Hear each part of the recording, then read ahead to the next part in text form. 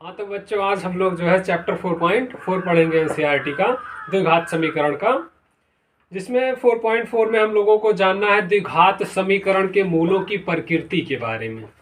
तो पहले थोड़ा सा उसके बारे में जान लिया जाए।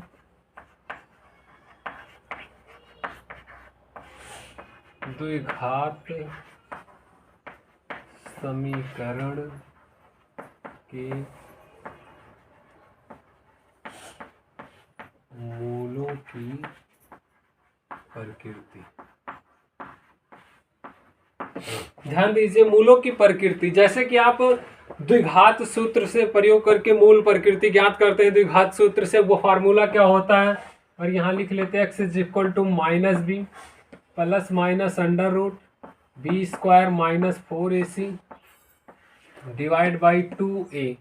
अब यहाँ से अगर आप थोड़ा सा ध्यान दो तो a और b एक धन पूर्णांक संख्याएं होती हैं, तो टोटल जो चीजें बदलती है वो इसके लिए यहाँ से आएंगी।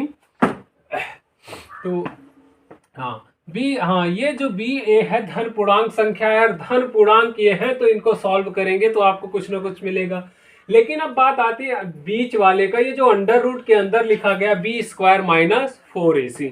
अब आप जानते हैं बी स्क्वायर माइनस 4ac का मान जो होता है विभिन्न प्रकार का हो सकता है वो एक से ज्यादा मिल जाए, यानी कि 0 से बड़ा मतलब धनात्मक मिल जाए, या 0 से छोटा ऋणात्मक मिल जाए, या फिर 0 के बराबर मिल जाए। तो इस आधार पे अलग अलग कंडीशन बनेगी, और वहां से हम मूलों की प्रकृति के बारे में अध्ययन अलग तरीके से करेंगे। तो अगर ध्यान से देखा जाए तो इस x का मान जो है ये ओवरऑल डिपेंड करता है, धनात्मक ऋणात्मक क्या क्या कुछ होगा, इन चीजों पे निर्भर करता है। तो यही बातें हमें ध्यान रखनी है। तो हम यहां से ये जो बी स्क्वायर माइनस 4ac होता है, इसे हम विविधकर कहते हैं डिस्क्रिमिनेंट, जिसका डी लिखा जाता है D is equal to B square minus 4ac। अब हम टोटल बातें करेंगे इसी 4ac से। इसकी जो वैल्यू होगी इसी के आधार पे हम मूलों की प्रकृति के बारे में बात करते हैं। तो ठीक, देखते हैं। अगर फर्स्ट केस यदि d इज ग्रेटर देन 0, अर्थात B square minus 4ac is greater than 0। अगर आप देखो यहां से B square minus 4ac is greater than 0 होगा, तो दो कंडीशन बन सकती हैं धनात्मक में। पहला, पूर्ण वर्ग संख्या हो तो, ध्यान दीजिएगा, बी स्क्वायर माइनस 4ac का मान यानी डी का मान 0 से बड़ा यानी धनात्मक आएगा। अगर बी स्क्वायर माइनस 4ac का मान धनात्मक है, दो प्रकार का हो सकता है। पहला पूर्ण वर्ग संख्या होगी, और दूसरा जो हो जाएगा वो पूर्ण वर्ग संख्या ना हो। पूर्ण वर्ग संख्या ना हो, ये दो केसेस उसमें भी बन सकती हैं कि अगर बी स्क्वायर माइनस 4ac का मान धनात्मक है, जैसे मान लो 2 आया, 4 आया, तो 4 जो है पूर्ण वर्ग संख्या है, और जबकि 2 पूर्ण वर्ग संख्या नहीं है। तो उस कंडीशन पे क्या हो जाएगा, उस कंडीशन पे इसका जो मान निकल के आएगा, ध्यान दीजिएगा, यहां से समझिएगा, तो माइनस बी बटा 2a होगा, प्लस माइनस, तो ये बी स्क्वायर माइनस 4ac का मान अगर अंडर रूट 2 आ गया, तो रूट 2 क्या हो जाएगी, परमेय संख्या हो जाएगी। अगर ये परमेय संख्या रूट 2 अपरमेय संख्या है, तो आप जानते हो अपरमेय संख्या में अपरमेय संख्या जोड़ते हैं तो वो अपरमेय रहती है। पहली बात, मूल वास्तविक होंगे, वास्तविक। अब देखिए उसके बाद यहां प्लस माइनस होने से ये असमान हो जाएगा, वास्तविक असमान। और अब रूट 2 अगर पूर्ण वर्ग संख्या है, तो पूर्ण वर्ग संख्या जैसे 4 हो गया, 8 हो गया, 4 के बाद मान लो कि 2 दूना 4, 3 त्रिका 9 हो गया, उसके बाद 16 हो गया, ऐसी संख्याएं मिलती हैं। तो यहाँ से 16 मिलेगा, कुछ जोड़ घटा के उससे डिवाइड करके सॉल्व करोगे तो वास्तविक असमान और परमीय ही मिलेगी, परमीय। ठीक, लेकिन अगर वो पूर्ण वर्ग संख्या ना हो तो पूर्ण वर्ग संख्या नहीं होगी, तो ये अंडर रूट 3 मिल गया, 2 मिल गया, 5 मिल गया, 7 मिल गया, तो ये अपरिमेय संख्या होगी। प्लस माइनस कुछ होगा तो असमान होंगे, समान हो नहीं सकते। तो पूर्ण वर्ग संख्या में मूल वास्तविक, असमान, वास्तविक असमान, अपरिमेय होंगे। ये ध्यान दीजिएगा, अपरिमेय होंगे। ठीक, अपरिमेय इसलिए होंगे कि माइनस बी बटा 2a तो रहेगा, लेकिन अंडर रूट मान लो 3 आ गए तो एक बार प्लस के साथ रूट 3, एक बार माइनस के साथ रूट 3 लेंगे तो इसलिए असमान मिलेगा, लेकिन रूट 3 होने की वजह से अपरिमेय मिल गया। तो यहां से सेकंड केस बनाया जाएगा, यदि d इज इक्वल टू 0, अर्थात बी स्क्वायर माइनस 4ac बराबर 0। अच्छा, अगर इसका मान 0 हो गया तो इसका मतलब ये क्या, ओवरऑल 0, तो x का मान कितना बचेगा, माइनस b बटा 2a, ये तो पूरा 0 हो गया। तो माइनस b बटा 2x का एक ही मान मिलेगा ना, अर्थात जो होगा मूल वास्तविक, समान, परिमेय होंगे।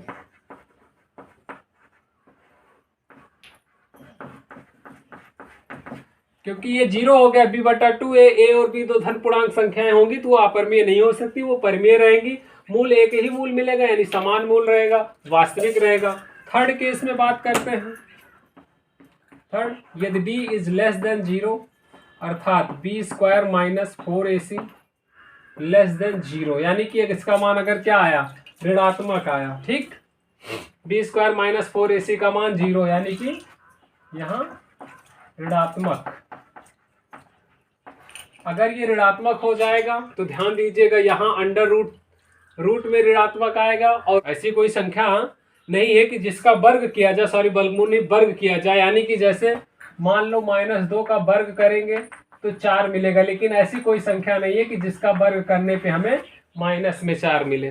ठीक, यानी ऋणात्मक संख्याओं का कोई वर्गमूल नहीं होता है, अर्थात इसके जो मूल होंगे वो क्या हो जाएंगे, मूल काल्पनिक हो जाएंगे,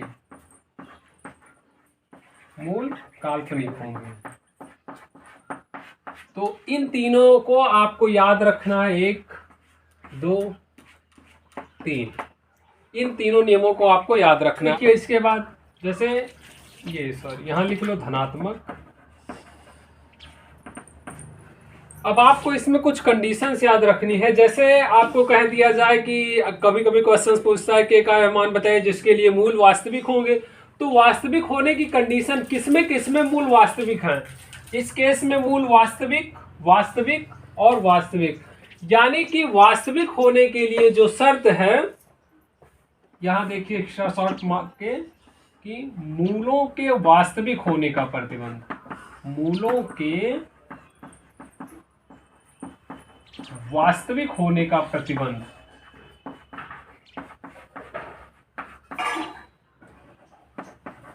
मूलों के वास्तविक होने का प्रतिबंध क्या है, ध्यान दीजिए। अगर d का मान 0 से बड़ा होता है और d का मान 0 के बराबर है, इसका मतलब यही है कि d is greater than r equal to 0, यानी d का मान अगर 0 के बराबर होगा और d का मान 0 से बड़ा होगा तो मूल क्या होंगे, वास्तविक होंगे, यानी b square minus 4ac is greater than r equal to 0। ये होता है मूलों के वास्तविक होने का प्रतिबंध। अगर आपसे पूछता है कि मूल काल्पनिक होंगे ऐसा कुछ, तो काल्पनिक होने के लिए प्रतिबंध ये हो जाएगा d इज लेस देन 0। ठीक, समान होने के लिए d का मान 0 के, अगर कहेगा कि मूल बराबर होने का क्या प्रतिबंध है, तो मूल बराबर होने का प्रतिबंध d इज इक्वल टू 0, यानी b स्क्वायर माइनस 4ac का मान 0 होना चाहिए। ये चीजें आपको इस तरीके से याद रखनी होंगी। पहला क्वेश्चन कह रहा है, यदि निम्न द्विघात समीकरणों के मूलों की प्रकृति ज्ञात कीजिए, यदि मूलों का अस्तित्व हो तो उन्हें ज्ञात कीजिए। यानी आपको मूलों की प्रकृति बतानी है, लेकिन पहले बताना है कि उसका अस्तित्व है या नहीं। अस्तित्व है या नहीं, पिछली क्लासेस में हमने बताया था, अगर b स्क्वायर माइनस 4ac का मान धनात्मक होता है तो अस्तित्व है, अन्यथा अस्तित्व नहीं है, या फिर 0 होना चाहिए। तो यहां से देखेंगे, पहला 2x² minus 3x plus 5 is equal to 0। तो इसे क्या करते हैं, ax² plus bx plus c से तुलना करने पर, ठीक। अब यहां से देखिए a बराबर 2, b बराबर -3 क्योंकि यहाँ प्लस होता है यहाँ माइनस, और c बराबर 5। तो b² माइनस 4ac बराबर क्या हो जाएगा, b का मान -3 का वर्ग माइनस 4 गुणे 2 गुणे 5। तो ये हो जाएगा 3 त्रिका 9 माइनस 4 दूना 8 पंचे 40 माइनस 40 बराबर -31। यानी b² माइनस 4ac ऋणात्मक है। अगर b² माइनस 4ac ऋणात्मक है यानी कि इसका कोई अस्तित्व नहीं है। b² माइनस 4ac बराबर -31 अर्थात लेस देन 0, अर्थात मान ऋणात्मक है,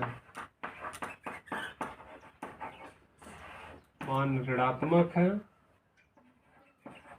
इसलिए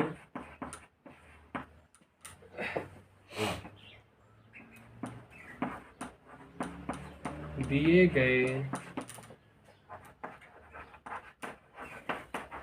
द्विघात समीकरण के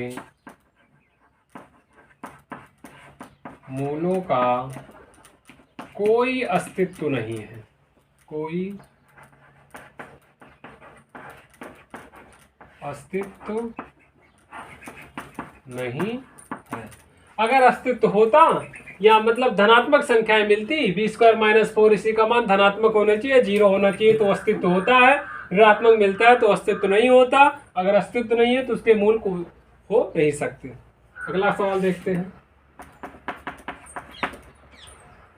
सेकंड क्वेश्चन क्या कह रहा है कि 3x² minus 4√3x plus 4 equal to 0। तो यहाँ से a बराबर 3, b बराबर -4√3 और c बराबर 4। अब यहाँ से b² माइनस 4ac ज्ञात करेंगे, -4√3 का वर्ग, ठीक, और -4 गुणे a का मान 3 गुणे c का मान 4। अब ये हो गया 4 चौक 16 तिया 48, 4 चौक 16 तिया 48 बराबर 0, अर्थात b² माइनस 4ac बराबर 0, धनात्मक है या शून्य है, कोई दिक्कत नहीं, मैं आपको बार बार बता रहा हूं धनात्मक हो या शून्य है तो मूलों का अस्तित्व, अर्थात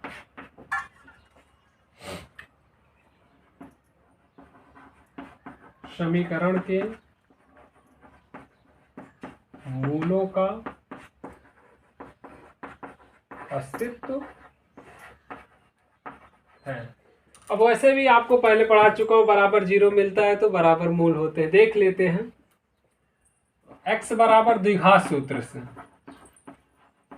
द्विघात सूत्र से, या इसे हम क्या बोलते हैं, श्रीधराचार्य सूत्र से। तो x बराबर क्या होता है, -b plus minus √b² minus 4ac बटा 2a होता है।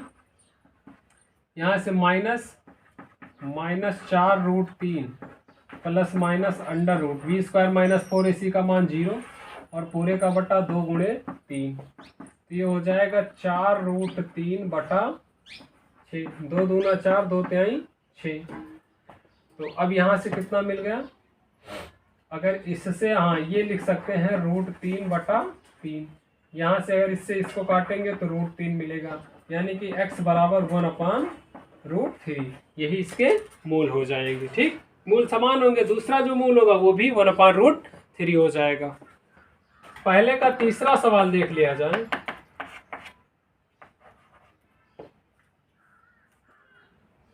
पहले का तीसरा क्या कह रहा है कि 2x² minus 6x plus 3 is equal to 0।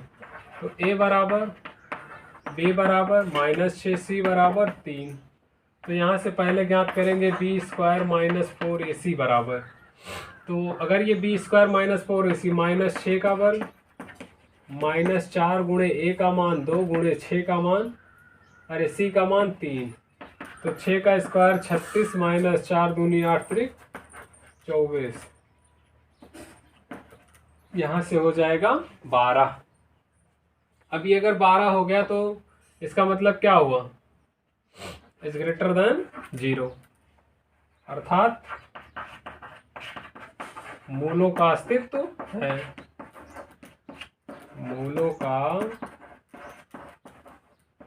अस्तित्व है।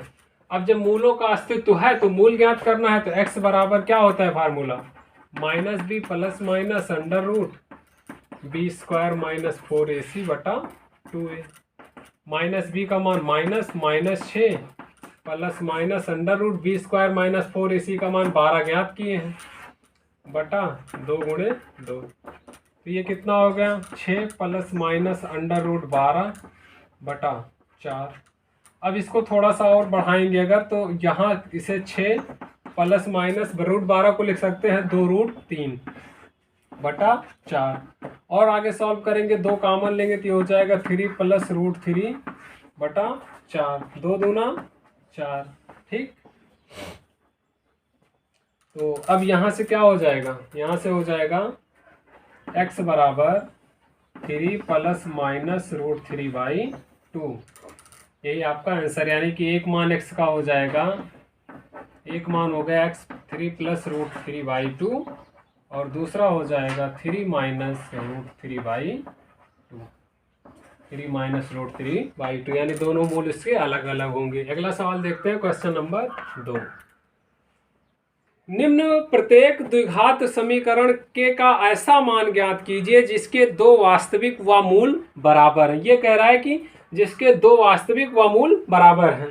तो क्वेश्चन लिखते हैं पहला, दूसरे में पहला question, 2x square plus kx plus 3 is equal to 0, ax square plus bx plus c बराबर 0 से तुलना। तो a बराबर 2, b बराबर k और c बराबर 3। अब लिखेंगे मूलों के वास्तविक एवं बराबर होने का प्रतिबंध।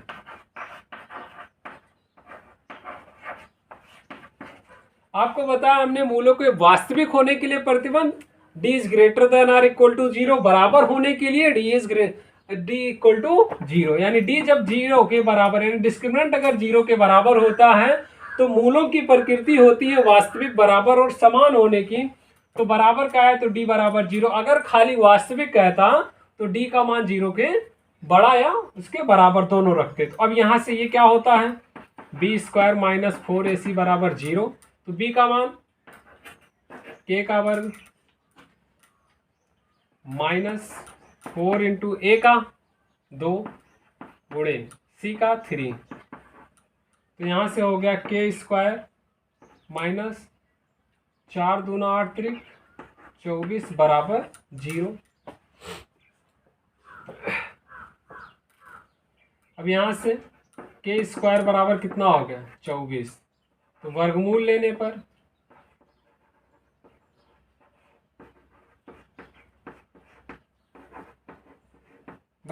पर तो क्या के बराबर क्या हो जाएगा अंडर रूट 24, तो यहाँ से बराबर ये हो जाएगा प्लस माइनस 24 को क्या लिख सकते हैं 4 रूट 6 नहीं 2 रूट 6, 2 दूना 4 और 4 छंग 24, ठीक। सेकंड नंबर क्वेश्चन दूसरे का सेकंड, ये कह रहा है kx x माइनस 2 प्लस 6 बराबर 0। अब इसको हम क्या करेंगे, गुणा करवा देंगे, तो के x square minus 2kx plus 6 बराबर 0। अब ये समीकरण बन गया द्विघात वाला। तो अब क्या करेंगे, ए का मान ज्ञात करेंगे बराबर के, बी बराबर माइनस 2k और सी बराबर 6। तो यहाँ भी वही, तो मूल के वास्तविक व बराबर होने का प्रतिबंध, बराबर होने का प्रतिबंध, क्या प्रतिबंध होता है कि d इज इक्वल टू 0। तो यहाँ d यानी कि बी स्क्वायर माइनस 4ac बराबर 0।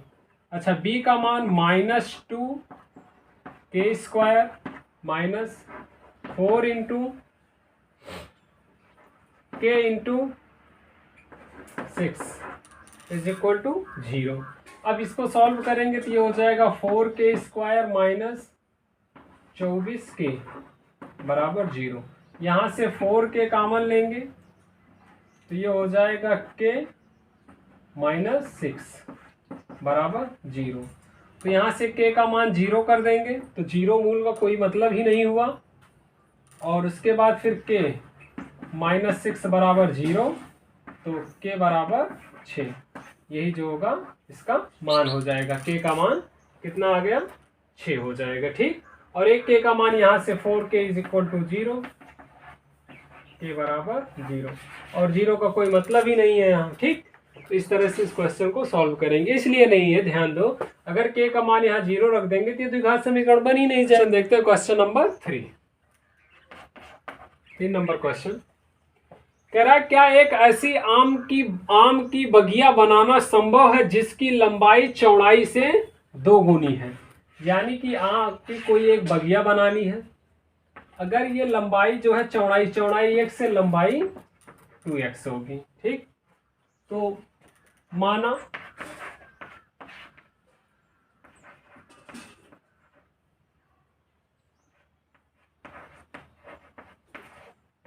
बगिया की चौड़ाई बराबर x, तो बगिया की लंबाई चौड़ाई की कितनी है, 2 गुनी है, तो ये हो जाएगा 2x मीटर। प्रश्नानुसार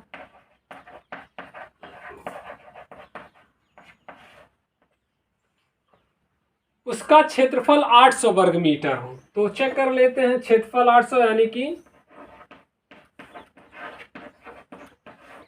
बगिया का क्षेत्रफल बराबर 800 वर्ग मीटर। तो बगिया का क्षेत्रफल क्या हो जाएगा, लंबाई गुणे चौड़ाई बराबर 800। तो यहाँ से x इंटू 2x स्क्वायर बराबर 2x बराबर 800। तो यहाँ से ये हो जाएगा 2x स्क्वायर बराबर 800। तो x स्क्वायर बराबर 800 बटा 2, इसको काट देंगे तो x स्क्वायर बराबर 400। यानी कि x बराबर क्या मिल गया, प्लस माइनस 20 मीटर। तो इसमें माइनस लेंगे नहीं, माइनस भी ले सकते हो कोई दे, लेकिन लंबाई नेगेटिव होती नहीं है, इसलिए यहाँ पॉजिटिव लेंगे। अतः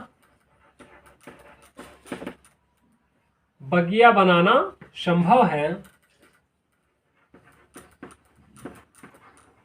आम की बगिया बनाना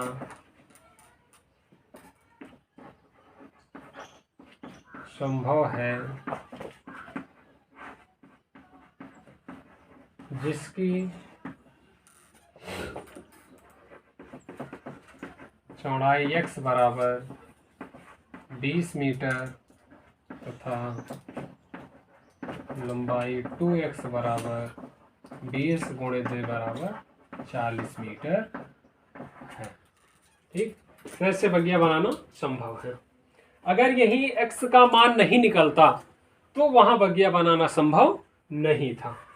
अगला क्वेश्चन देखते हैं, क्वेश्चन नंबर 4 कह रहा है कि क्या निम्न स्थिति संभव है, यदि है तो उनकी वर्तमान आयु ज्ञात कीजिए।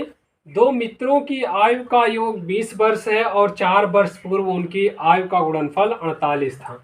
माना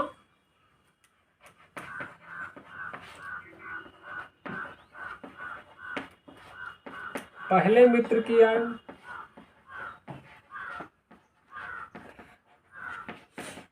x वर्ष, दूसरे मित्र की आयु,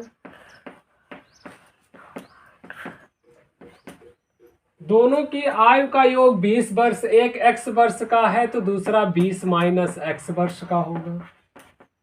अब 4 वर्ष पहले, 4 वर्ष पहले मित्र की आयु,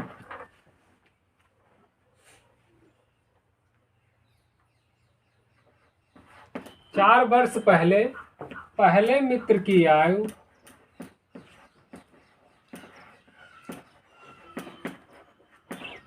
अब कितनी थी? x minus 4। प्रेजेंट टाइम पे अगर x है तो उसके पहले x माइनस 4 वर्ष, और 4 वर्ष पहले दूसरे मित्र की आयु कितनी?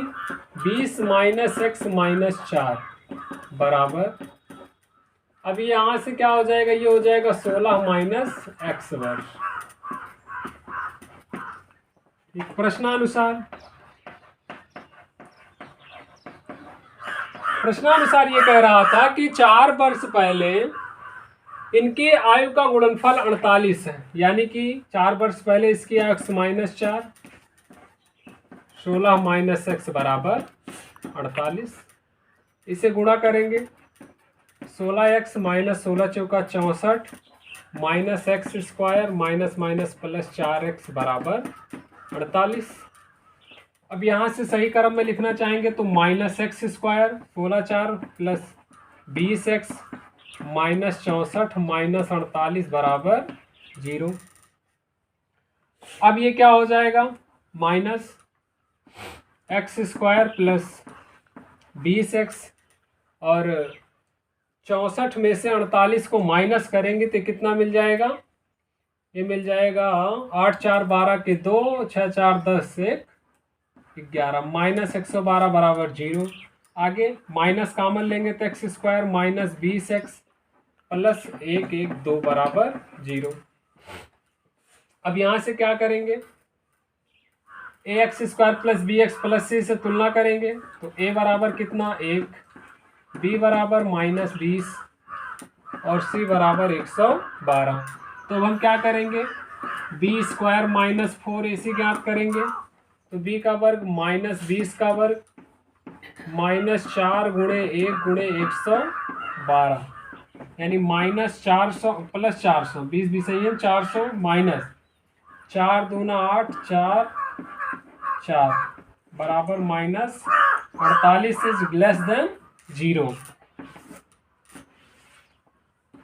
यानी B square minus 4ac is less than 0, अर्थात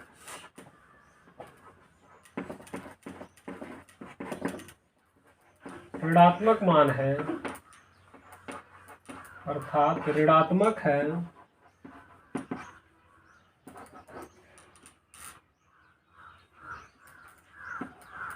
अतः इसके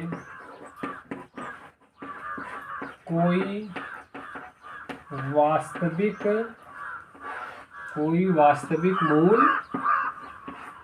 वास्तविक मूल नहीं है,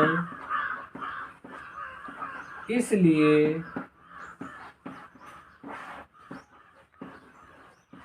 यह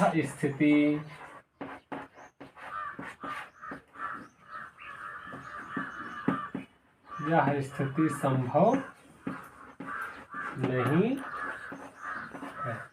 ठीक, अगर ये धनात्मक आएगा, मूल होंगे, तभी स्थितियां संभव मानी जाएंगी, अन्यथा संभव नहीं मानी जाएंगी। अगला क्वेश्चन देखते हैं 5 नंबर। ये कह रहा है कि क्या परिमाप 80 मीटर तथा क्षेत्रफल 400 मीटर के एक पार्क को बनाना संभव है? यदि है तो उसकी लंबाई और चौड़ाई ज्ञात कीजिए। तो हम मान लेंगे, माना पार्क की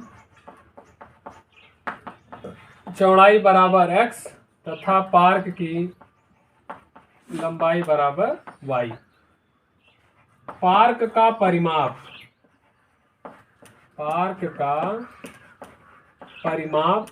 बराबर दिया गया है कितना, 80 मीटर। पार्क का परिमाप 80 मीटर है। तो पार्क के परिमाप का फार्मूला होता है 2 लंबाई धन चौड़ाई y प्लस एक्स बराबर 80 मीटर। तो यहाँ से y प्लस एक्स बराबर कितना हो गया, 80/2, ये हो गया 40। तो y बराबर कितना हो गया, 40 माइनस एक्स। ठीक, पार्क की लंबाई कितनी आ गई, 40 माइनस एक्स। प्रश्नानुसार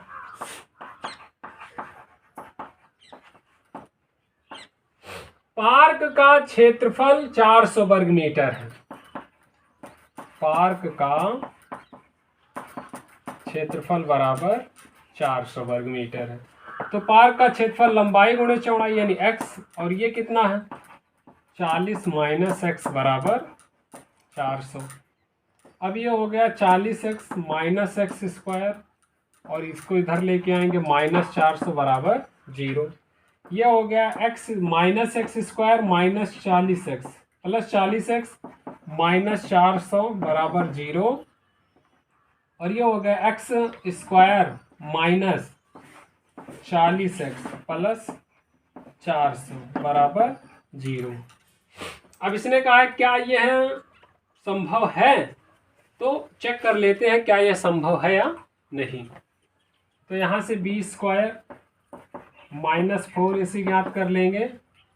तो यहाँ से क्या हो जाएगा, b का मान -40 का वर्ग माइनस 4 गुणे a का मान 1 गुणे c का मान 400। ये हो गया 4 चौक 1600 माइनस 4 चौक 1600 बराबर 0। अतः देखिएगा ये बी स्क्वायर माइनस 4ac का मान 0 आ गया, अतः स्थिति संभव है। अतः पार्क बनाना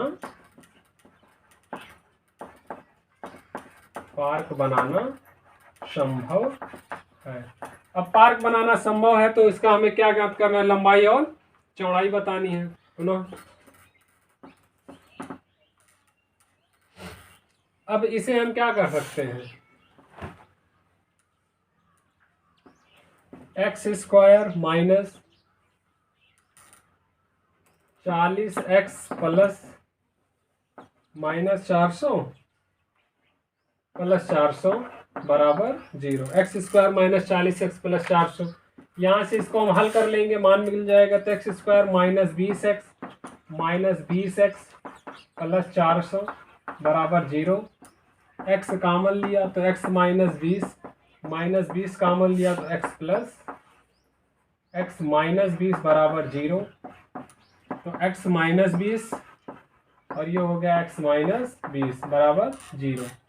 तो यहाँ से x माइनस 20 बराबर 0, तो x बराबर 20। अतः पार्क की चौड़ाई x बराबर 20 मीटर, पार्क की लंबाई बराबर, कितनी लंबाई है 40 माइनस एक्स, ये हो जाएगा 20 माइनस 20 बराबर 20 मीटर। आपसे ये भी पूछ सकता था बताइए पार्क कैसा है, तो पार्क एक वर्गाकार पार्क है। ठीक है, थैंक यू बच्चों। ये चैप्टर आपका कंप्लीट होता है, पूरा का पूरा द्विघात समीकरण आपका कंप्लीट हो चुका है।